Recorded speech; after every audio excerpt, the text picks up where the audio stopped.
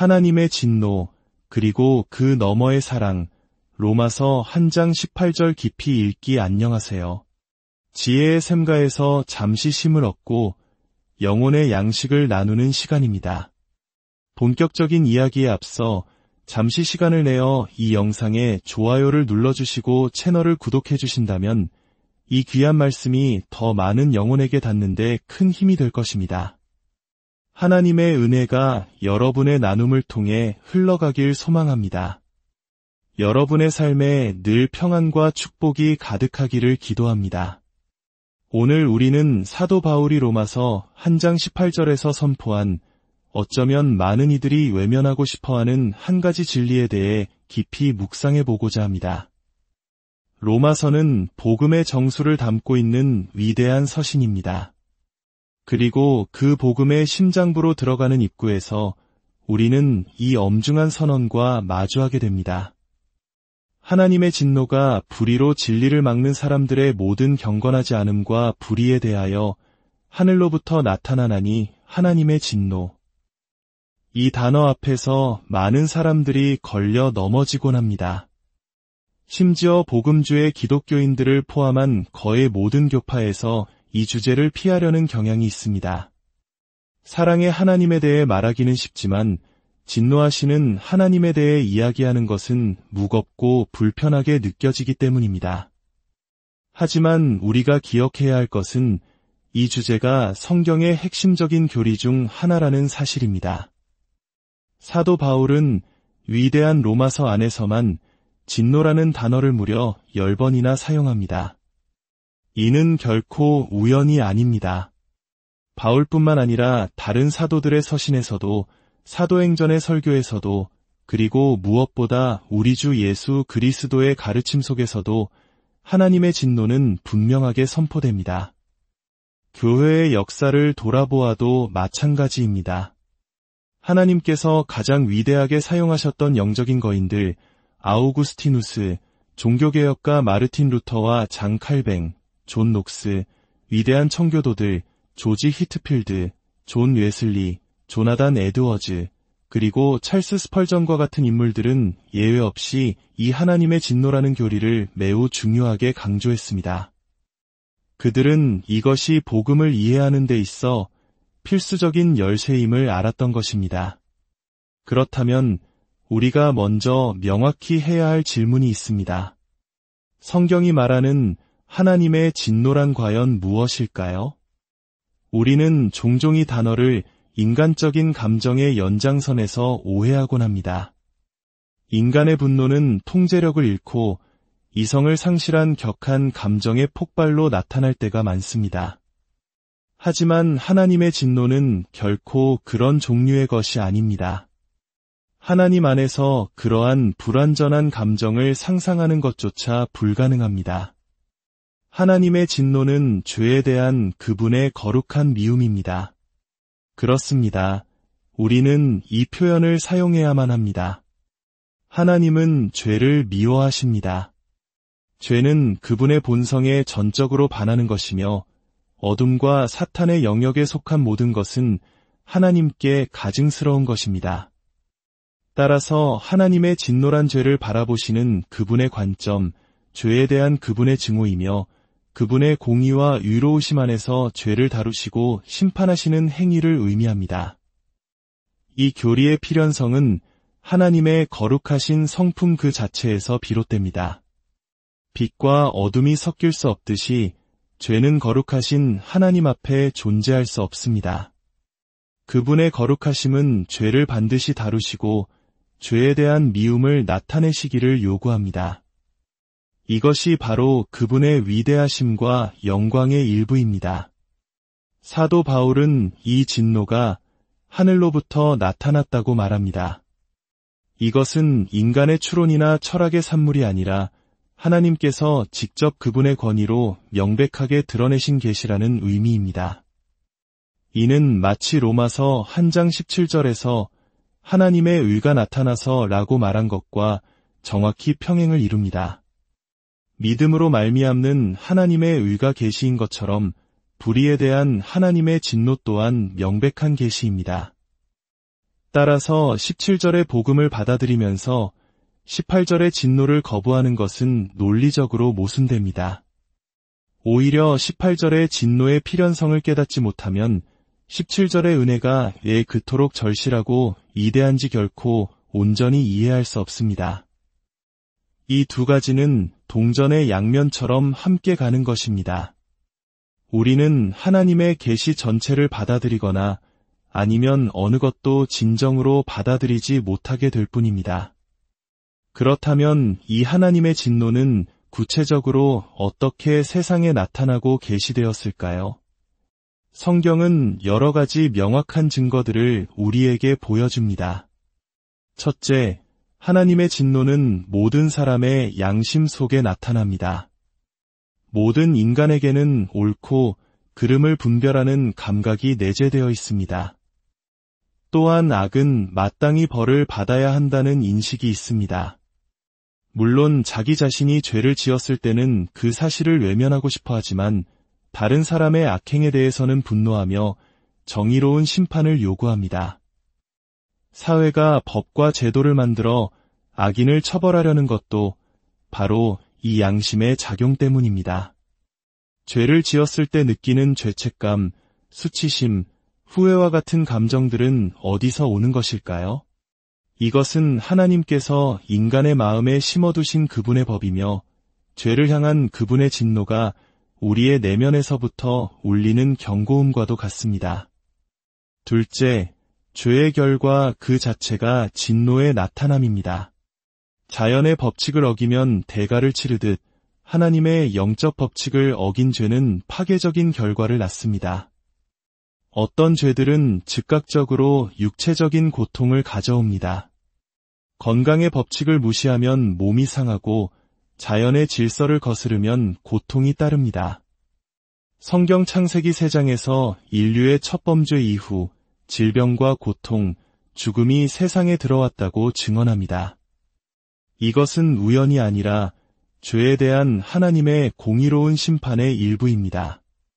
셋째, 피조물 전체의 상태, 즉 자연계가 하나님의 진노를 드러냅니다. 창세기에서 하나님은 아담의 범죄 이후 땅을 저주하셨습니다. 그 결과 땅은 가시덤불과 엉겅퀴를 내게 되었습니다. 아무리 아름다운 정원도 잠시만 방치하면 잡초가 무성해지고 황무지로 변해버립니다. 이것이 타락한 자연의 현실입니다. 사도 바울은 로마서 8장에서 피조물이 다 이제까지 함께 탄식하며 함께 고통을 겪고 있다고 말합니다. 자연 속에서 벌어지는 약육강식의 비정함, 지진과 홍수 같은 자연재해, 이 모든 것이 죄로 인해 신음하는 피조세계의 모습이며 죄를 향한 하나님의 진노가 반영된 결과입니다. 넷째, 그 무엇보다 강력한 증거는 죽음의 보편성입니다. 죽음은 예외 없이 모든 인간에게 찾아옵니다. 로마서 5장에서 바울은 아담 한 사람의 범죄로 인해 사망이 모든 사람 위에 왕 노릇하게 되었다고 설명합니다. 죽음은 죄의 삭시며 죄에 대한 하나님의 형벌입니다. 에덴 동산에서 하나님은 아담과 하와에게 선악과를 먹는 날에는 반드시 죽으리라고 경고하셨습니다. 그들은 불순종으로 인해 영원히 살 수 있는 가능성을 잃었고 그 형벌인 죽음이 온 인류에게 임하게 된 것입니다. 길가에 늘어선 장래 행렬, 사랑하는 사람을 떠나보내는 눈물, 우리 자신의 유한함에 대한 두려움, 이 모든 것이 하나님의 진노가 얼마나 현실적이고 무서운 것인지를 매일같이 증언하고 있습니다.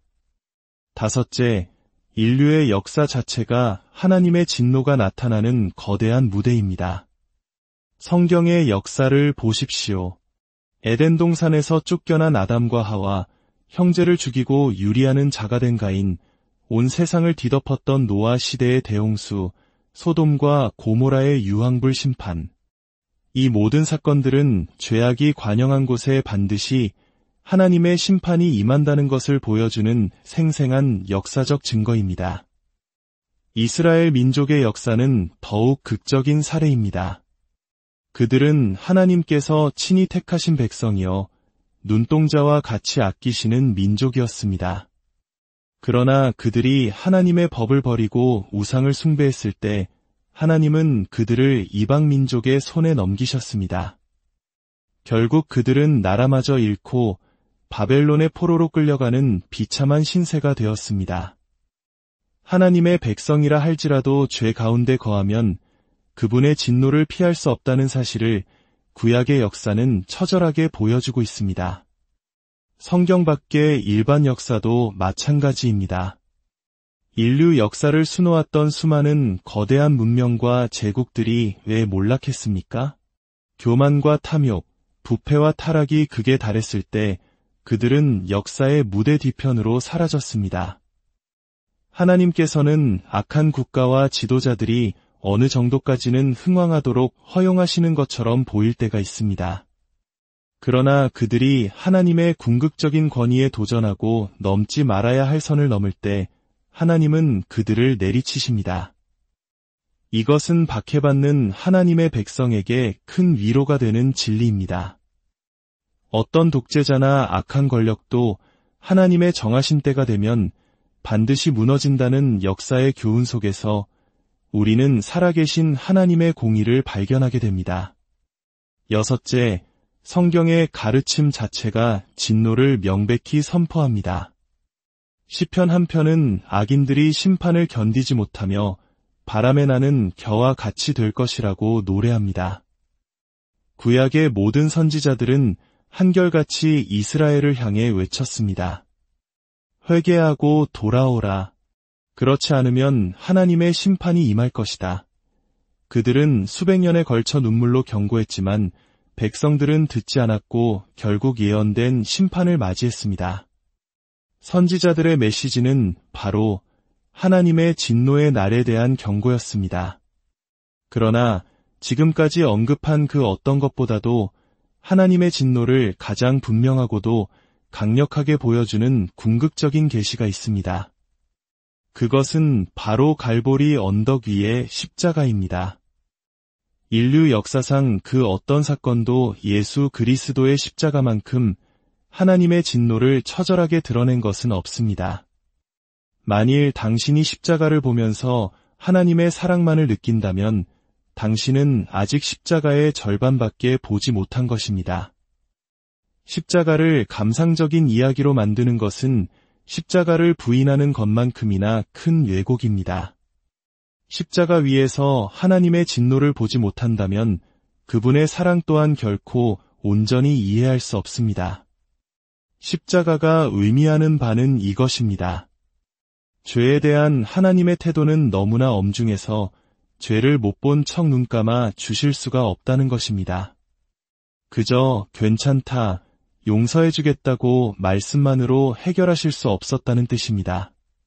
죄에 대한 하나님의 미움과 공의로운 요구는 너무나 절대적이어서 다른 어떤 방법으로도 해결할 수 없었고 마침내 하나뿐인 아들의 죽음을 요구하기에 이르렀습니다. 겟세마네 동산에서 피땀 흘리시며 아버지여 할 수만 있다면 이 잔을 내게서 옮겨주옵소서 라고 기도하셨던 예수님의 고뇌를 생각해 보십시오. 그 잔은 바로 십자가에서 감당해야 할 인류의 모든 죄와 그 위에 쏟아부어질 하나님의 진노의 잔이었습니다. 그러나 그 잔은 지나가지 않았습니다. 예수님은 그 잔을 마지막 한 방울까지 다 마셔야만 했습니다. 그리고 마침내 십자가 위에서 나의 하나님, 어찌하여 나를 버리셨나이까 라고 절규하셨을 때 바로 그 순간 인류의 모든 불경건함과 불의에 대한 하나님의 진노가 그에게 남김없이 쏟아지고 있었습니다. 성자 하나님께서 성부 하나님으로부터 버림받는 그 처절한 순간 바로 그곳의 죄에 대한 하나님의 진노가 얼마나 무서운 것인지 가장 극명하게 계시되었습니다. 하나님께서는 그토록 사랑하시는 독생자를 그 끔찍한 고통과 죽음에 내어주셔야만 했습니다. 죄의 대가는 그만큼이나 참혹했던 것입니다. 그러나 놀랍게도 바로 그 진노의 현장인 십자가에서 우리는 동시에 측량할 수 없는 하나님의 사랑을 발견합니다. 하나님께서는 죄를 벌하시되 죄인은 구원하시기 위해 자신의 아들에게 친히 그 모든 형벌을 대신 감당하게 하시는 길을 여셨습니다. 하나님의 진노가 얼마나 깊은지를 깨달을 때 비로소 우리를 향한 그분의 사랑이 얼마나 위대한지를 이해하기 시작하는 것입니다. 사랑하는 여러분, 이처럼 하나님의 진노는 성경 전체를 통해 우리의 양심과 자연과 역사를 통해 그리고 궁극적으로는 십자가를 통해 명백히 계시되었습니다. 어떤 죄는 이 땅에서 즉각적인 심판을 받기도 하지만 어떤 죄는 마지막 심판의 날까지 유예되기도 합니다. 그러나 분명한 것은 그 어떤 죄도 결코 심판을 피할 수 없다는 사실입니다. 성경은 마지막 날에 있을 최후의 심판과 그 결과가 영원할 것임을 분명히 가르칩니다. 이것이 바로 복음이 기쁜 소식인지를 설명해 줍니다. 지옥의 형벌을 받을 수밖에 없는 죄인인 우리를 위해 우리가 아직 원수되었을 때에 하나님께서 그의 아들을 보내어 우리의 모든 죄 값을 대신 치르게 하셨다는 소식. 그래서 누구든지 예수를 믿기만 하면 그 무서운 진노에서 벗어나 하나님의 의를 선물로 받고 영원한 생명을 누리게 된다는 소식. 이것이 바로 우리가 붙들어야 할 복음의 핵심입니다. 오늘 말씀을 통해 하나님의 공의로운 진노와 그보다 더 큰 사랑을 함께 발견하셨기를 바랍니다. 우리는 결코 하나님의 말씀의 일부만을 취사 선택해서는 안 됩니다. 그분의 진노와 사랑, 심판과 은혜, 이 모든 것을 온전히 받아들일 때 우리는 비로소 우리를 구원하신 복음이 얼마나 위대하고 놀라운 것인지를 깨닫게 될 것입니다. 함께 기도하겠습니다. 오, 주 하나님 아버지, 오늘 저희에게 주신 이 엄중하고도 귀한 말씀을 감사드립니다. 저희는 너무나 어리석고 피상적이어서 듣기 좋은 말씀만 취하고 부담스러운 진리는 외면하려 할 때가 많았음을 고백합니다.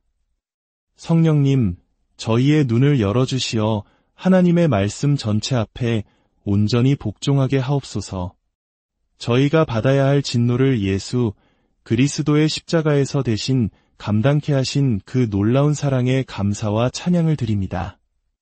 저희에게 값없이 주신 위의 옷을 입고 하나님의 자녀가 되어 영원한 생명을 누리게 하신 은혜를 영원히 찬송하게 하옵소서.